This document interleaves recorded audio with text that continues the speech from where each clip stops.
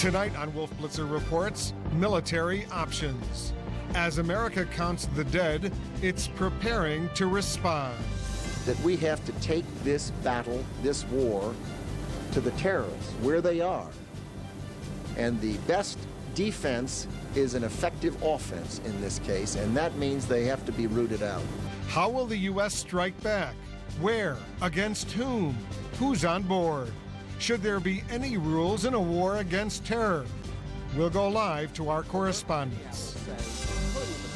I'll speak with Secretary of State Colin Powell, one of the architects of the Gulf War, who stresses this war will be different. You should see this as a long-term campaign and do apply decisive force to it. And that force isn't just military force, it's all the elements of national power that are at our disposal. As the Pentagon braces for a difficult conflict, we'll look at how it's emerging from its first painful battle.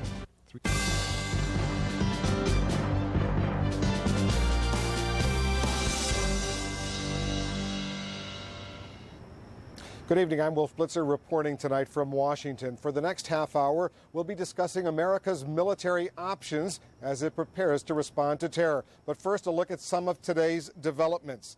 Dramatic and painful new views of the World Trade Center ruins, where more than 5,000 people are now listed as missing.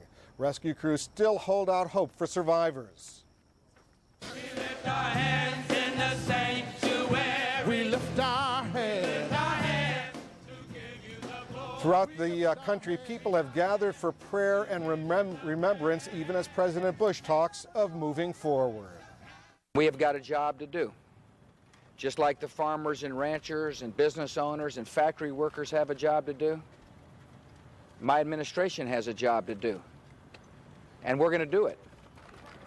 We will rid the world of the evildoers. While planes are now back in the skies, Transportation Secretary Norman Mineta says he's appointed 2 task forces to come up with ways to protect airliners and airports from terrorists.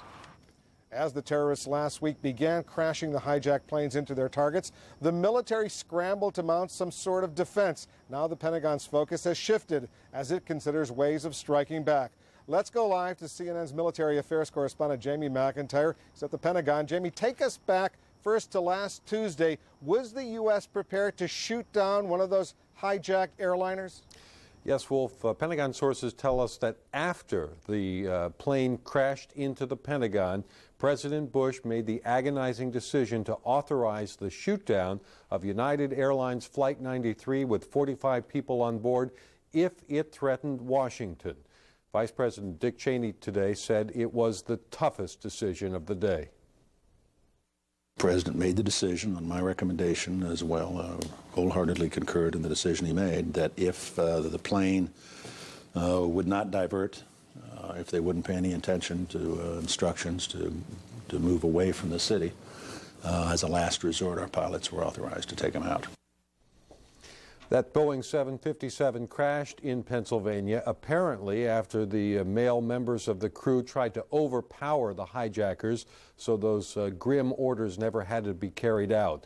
In the case of the plane coming into the Pentagon, there were a couple of 3 F-16s racing up here from Langley Air Force Base in Virginia. They were flying at supersonic speed, covered that distance of 130 miles in just 14 minutes.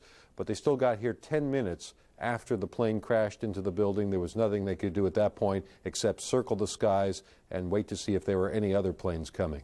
Wolf? Jamie, what military options are being considered seriously at the Pentagon right now? Well, you know, the key word here is unconventional. You're going to hear that a lot. They say don't think of this as a conventional war. Don't think of conventional targets or even conventional weapons and tactics. This is an unconventional war that will be in many ways an intelligence war, in many ways will be a war that will have to be fought diplomatically and economically. So the options that they're looking at are things that involve surgical strikes, targets of opportunity, and a lot of other things that would fall into the non-military category, things that law enforcement and others would do. So we can't tell you the specific plans, obviously, but I can tell you this, to think of this as an unconventional war, not anything like the war we saw in Yugoslavia or even the 1991 Persian Gulf War. Jamie McIntyre at the Pentagon, thank you very much. And as Jamie points out, this new war may be fought largely in the shadows that may call for new rules or perhaps even no rules. I'm joined now by CNN's national security correspondent David Ensor. What are they thinking about, David? Well, Wolf, as we've been saying, this is a different kind of war, and people look for military retaliation. It just may not be this simple this time. For now, the people on the front lines are diplomats and spies. We're at war.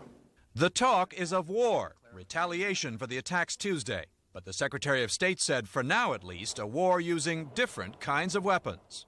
It's more in an intelligence war, and we've got a great intelligence community. But the Bush administration wants the CIA and other intelligence agencies to have sharper weapons for the fight. It is even considering whether to abandon the 1976 ban on political assassinations. It's still on the books, and as part of our campaign plan, we're examining everything. Years ago, the CIA did try to kill Cuba's Fidel Castro, unsuccessfully.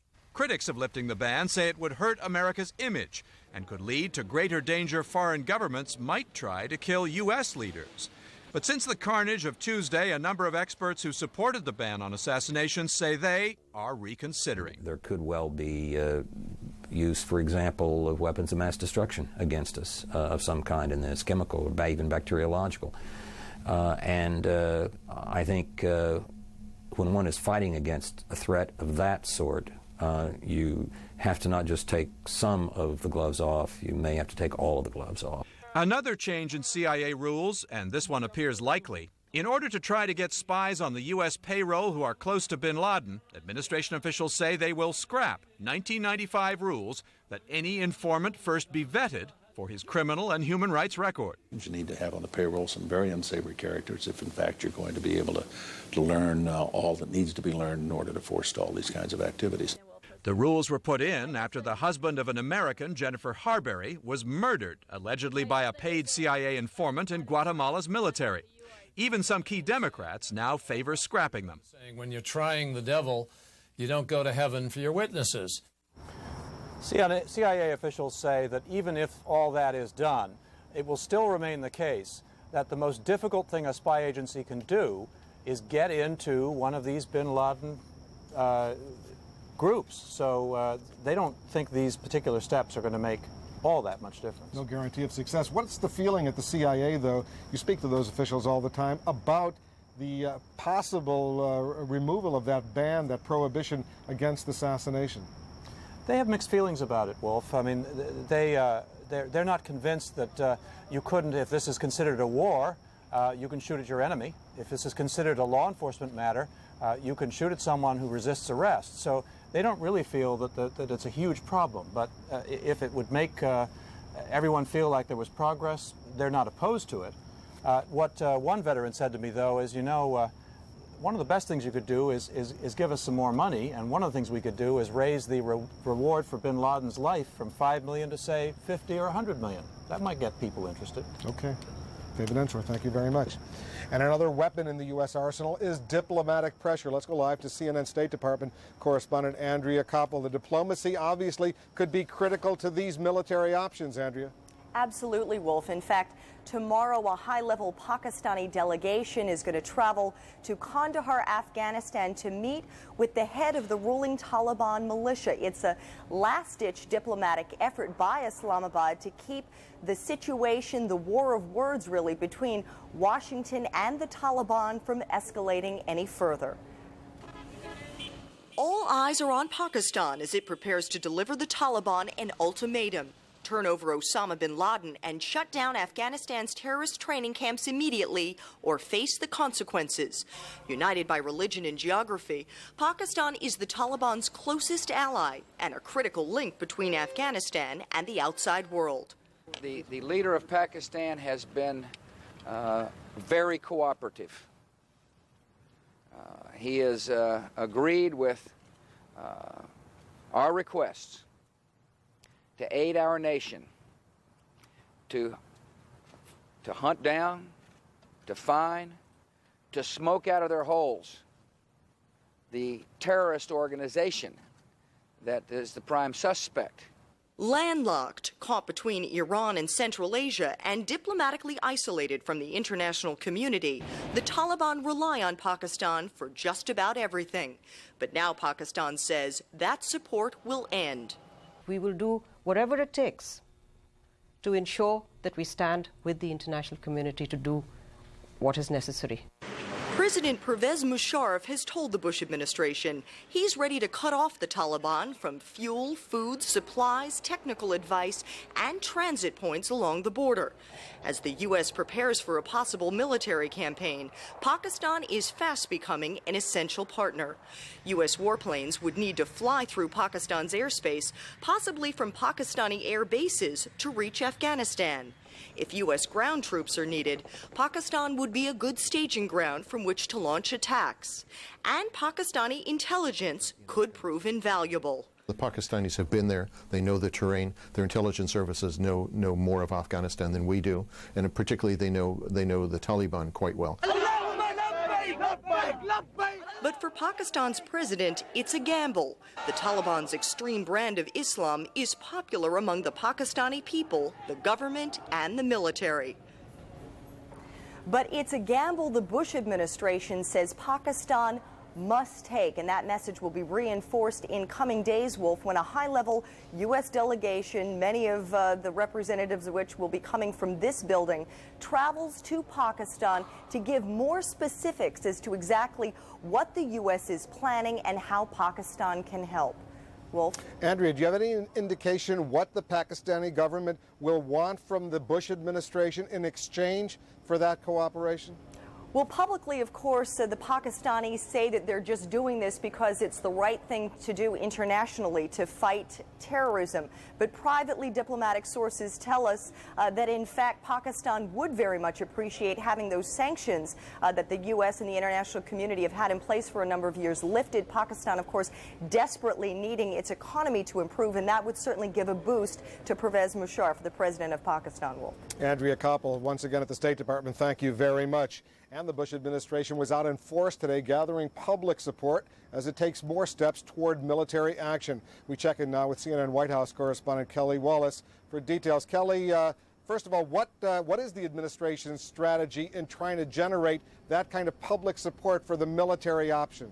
Well, Wolf, the administration's strategy is really what we saw today. The president and his advisors mounting really a full-court offensive, making the case over and over again that this campaign against terrorists and those who harbor them, the political, economic, and military campaign, will take time and will not be solved overnight. This war on terrorism is going to take a while. And the American people must be patient. I'm going to be patient. But I can assure the American people, I am determined. I'm not going to be distracted. I will keep my focus to make sure that not only are these brought to justice, but anybody who's been associated will be brought to justice.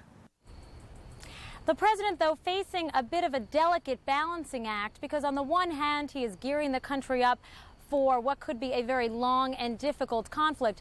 And on the other hand, he is urging Americans to go back to work tomorrow and get on with their lives. And Wolf, one issue the White House will be watching very closely is the economy. The New York Stock Exchange opening up tomorrow. The president conceding today that these deadly attacks have definitely affected the economy. But when asked if he was worried that these tragedies might plunge the country into a recession, the president said he had great confidence in the market and great faith in the resiliency of the U.S. economy. Wolf?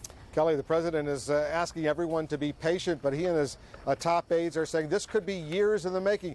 Is there concern at the White House in that building behind you right now that if there are a lot more U.S. casualties in any upcoming military campaign, that kind of public support for his policies could go away? Well, Wolf, you know, the president was asked today if he's preparing the American people for the possibility of U.S. casualties. He said that the American people should know that this administration is determined to do what it takes to win this war. And if you look at the polls, the magnitude of this tragedy really